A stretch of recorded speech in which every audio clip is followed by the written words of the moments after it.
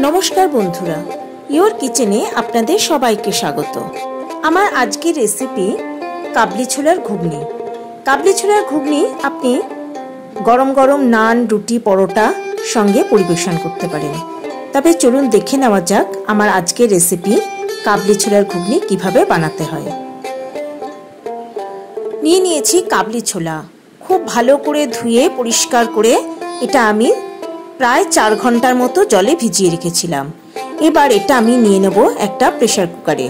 तार मध्य दिए दिलाम किछुटा हलुद गुड़ो और दिए दिलाम 1 चामच नुन। एबार एटाके 3 থেকে 4টে सीटी दिए आमि भालो करे सेদ্ধ करे नेब। मिक्सार ग्राइंडारेर मध्य निये निलाम 2 चामच पोस्त। एबार एटाके जल छाड़ाई एकबार मिक्सार ग्राइंडारे घुरिए नेब। एबार एर मध्य एकटू जल दिए এই পোস্তর একটা মিহি পেস্ট তৈরি করে নেব। মিক্সার গ্রাইন্ডারের মধ্যে নিয়ে নিয়েছি কিছুটা কুচনো পেঁয়াজ, এটাকেও একটা মিহি পেস্ট তৈরি করে নেব।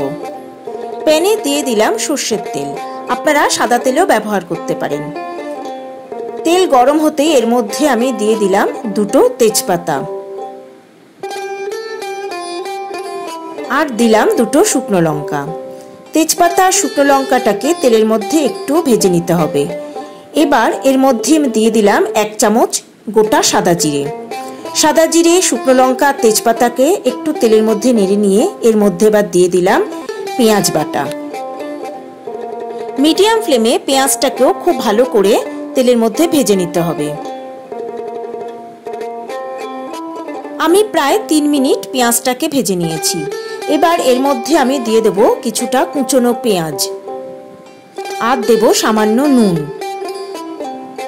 এবার এটাকেও ভালো করে তেলের মধ্যে একবার ভেজে নিতে হবে। আমার সকল দর্শক বন্ধুর কাছে একান্ত অনুরোধ রইল আমার চ্যানেলটা সাবস্ক্রাইব করার। পেঁয়াজ ভাজা হয়ে গেছে। এবার এর মধ্যে দিয়ে দেব আদা বাটা আর দেব রসুন বাটা। আদা রসুন পেঁয়াজ খুব ভালো করে তেলের মধ্যে কষিয়ে নিতে হবে। এই সময় গ্যাসের ফ্লেম থাকবে মিডিয়ামে। প্রায় 3-4 মিনিট কষানোর পর এর মধ্যে আমি দিয়ে দেব কুচানো টমেটো।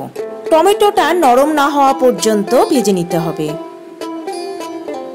এবার এর মধ্যে দিয়ে দেব হলুদ গুঁড়ো, দেব 1/2 চামচ লঙ্কার গুঁড়ো, 1 চামচ কাশ্মীরি লঙ্কার গুঁড়ো, জিরে গুঁড়ো আর দেব 1/2 চামচ ধনে গুঁড়ো।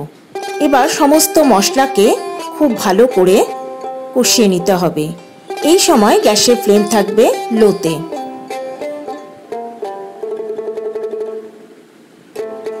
মশলা খুব ভালো করে কষানো হয়ে গেছে এবং এর থেকে তেলও ছেড়ে দিয়েছে। এবার এর মধ্যে আমি দিয়ে দেব টক দই। লো ফ্লেমে খুব ভালো করে টক দইটাকেও কষিয়ে নিতে হবে। প্রায় 2 মিনিট কষানোর পর এর মধ্যে আমি দিয়ে দেব পোস্ত বাটা। খুব ভালো করে সবকিছুকে আরেকবার কষিয়ে নিতে হবে। যখন মশলা থেকে এরকম তেল ছেড়ে আসবে তখন এর মধ্যে দিয়ে দেব 1 চামচ চিনি। খুব ভালো করে সবকিছুকে একবার মিশিয়ে দিতে হবে। এবার এর মধ্যে দিয়ে দেব সেদ্ধ করে রাখা কাবলি ছোলা।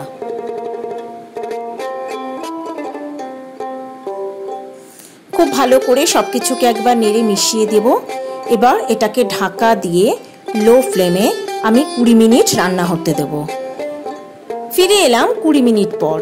ঢাকা খুলে এবার সমস্ত কিছুকে আরো একবার খুব ভালো করে নেড়ে দিতে হবে। এবার এর মধ্যে দিয়ে দেব 1/2 চামচ গরম মশলা। সবকিছুকে নেড়ে আরেকবার ভালো করে মিশিয়ে দেব। তৈরি হয়ে গেল আমার আজকের রেসিপি কাবলি ছোলার ঘুগনি। এবার এটাকে ঢাকা দিয়ে কিছু সময় রেখে দেব, তারপর পরিবেশন করব। আপনারা নান পরোটা লুচি বা রুটির সঙ্গে এই কাবলি ছোলার ঘুগনি পরিবেশন করতে পারেন। বাটার নানের রেসিপির ভিডিও আমার চ্যানেলে আপলোড করা আছে, আমি ডেসক্রিপশন বক্সেও একটা লিংক দিয়ে দেবো। রান্নাটা ভালো লাগলে একটা লাইক ও কমেন্ট করার অনুরোধ রইল বন্ধুদের কাছে। তবে আজকের মতো বিদায় বন্ধুরা, নমস্কার।